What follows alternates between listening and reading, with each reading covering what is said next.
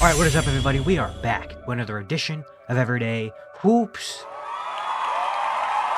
Hope you guys are having a good one. Today, we're here to talk about the Indiana Pacers. They've gone off to a very rough start to the season, and it's time to embrace the tank in Indiana. We're going to talk all things Pacers here in today's video. Thank you guys for the views on the videos and the shorts recently. I really appreciate it. If you do like the content around here, consider subscribing, liking, turn on notifications, doing all stuff like that. I really appreciate it. I really upset a lot. Link to my Twitter and all that stuff down in the description below. And yeah, don't waste any more of your time. Let's get right into it.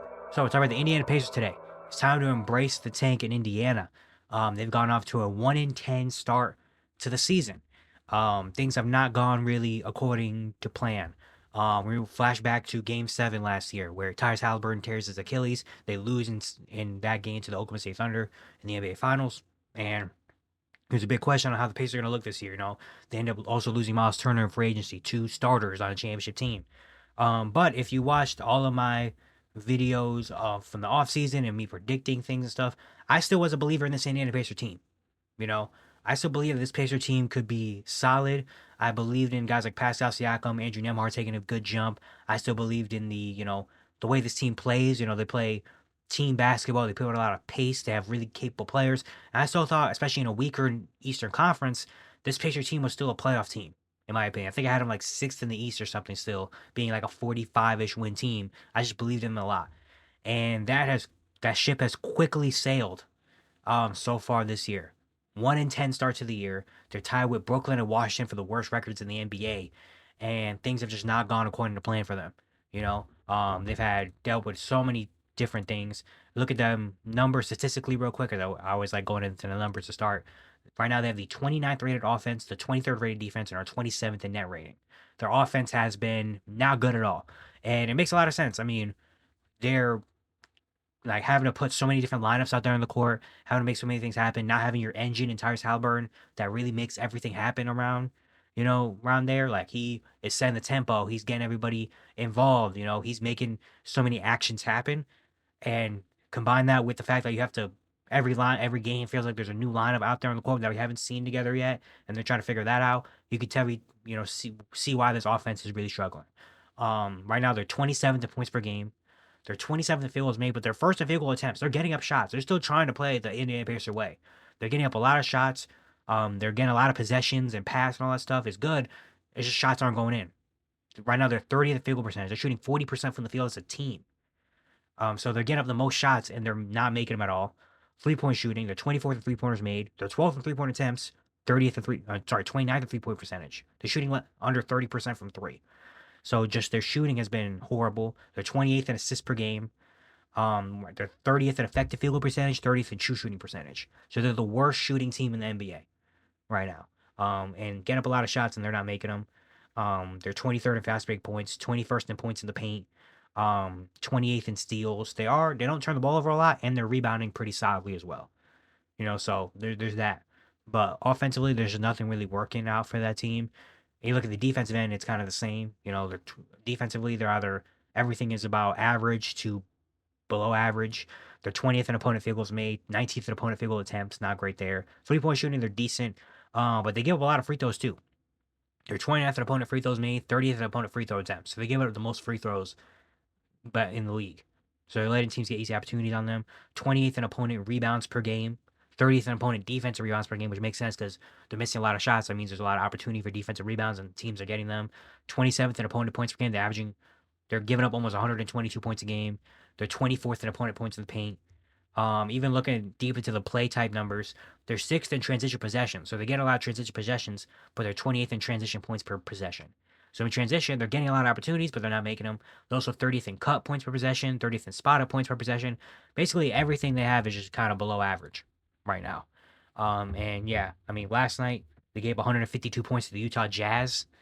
So things are not going right. You look at all the injuries they've had. I mean, no Tyrese Haliburton this season, obviously. Bennett Mathurin, who had an amazing start to the season. First couple games he was on fire. We don't know when, he's come back. He's hurt right now. He has a foot injury. He's week to week.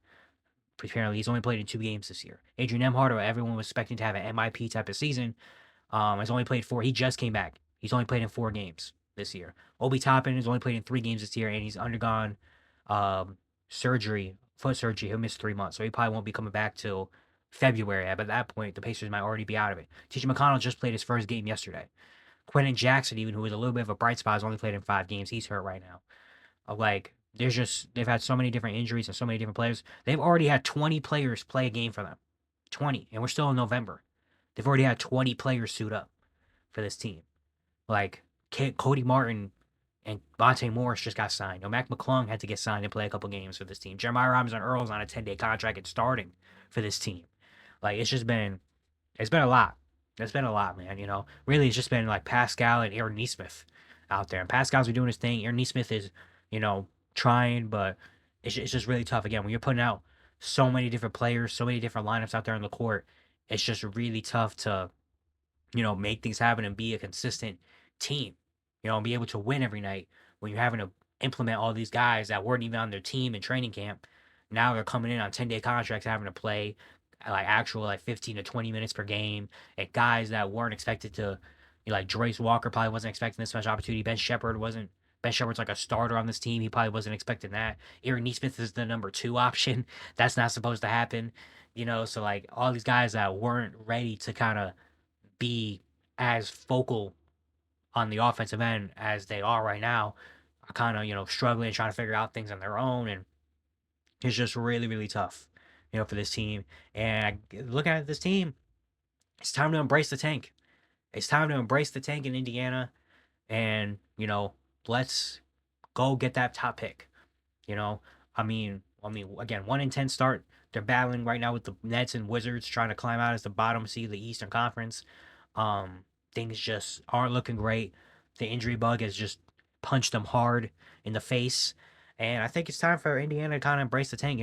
These people are coming into this year, expect this to be a bridge year for Indiana. And I was kind of on the train more of like, they could still be good. But with this start, quickly that has flipped on its head. And it's like, hey, let's go embrace the tank. If we've seen, if you've been on Twitter looking at all these draft class, like this draft class looks insane. I mean, you got guys coming out, AJ DeBonsta, Cam Boozer, Darren Peterson, Mikael Brown Jr. had a really good game last night for Louisville. Like, there's a bunch of dudes out here that look really good, and this draft class is set up to be like one of those draft classes that you don't want to miss out on. And so, if you're Indiana, I mean, we're 11 games in. Of course, there's 71 more games left to play. Who knows what could happen? But at this point, why should we try so hard to climb out of a 1-10 hole? Well, we can just go get another top guy. We can tank, get a top 5 pick, get another really good addition on a rookie contract to a team that was just in the finals, and now we can regroup. So now when Tyrese Haliburton comes back, we have Hallie, Pascal, Nembhard, and whoever we get, out of this draft, like Cam Boozer or something like that.